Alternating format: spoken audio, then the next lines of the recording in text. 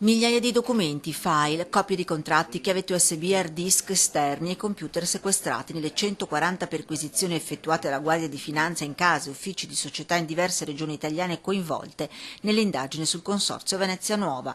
Una tale mole di documenti il cui esame potrebbe impegnare gli investigatori per almeno un anno. E prima notte agli arresti domiciliari o con l'obbligo di dimora per le 14 persone finite nel mirino dell'indagine della Guardia di Finanza di Venezia, che ha scoperchiato un altro sistema illegale. Sonni poco tranquilli anche per il centinaio di persone comunque coinvolte a vario titolo nella stessa indagine.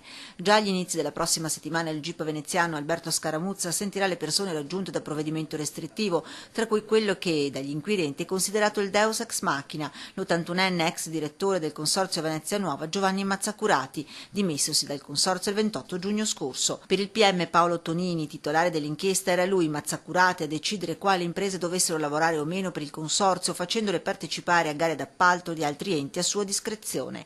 Indagini che appureranno anche l'eventuale costituzione di fondi neri, soldi parcheggiati all'estero, si parlerebbe di almeno 6 milioni di euro. Vicenda Mantovani, la commissione d'indagine sul project financing ed ora questa. Danno di che pensare all'opposizione in regione. Una considerazione su come nell'ultimo ventennio, quindicennio, da questo punto di vista, siano state gestite le grandi operazioni infrastrutturali del nostro territorio.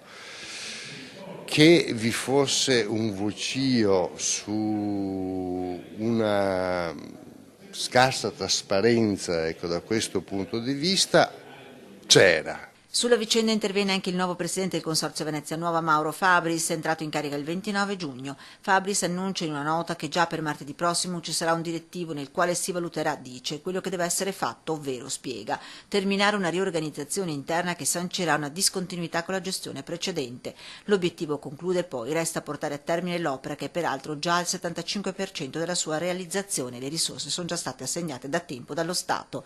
Massimo rispetto per l'indagine, ma adesso la politica deve fare una riflessione.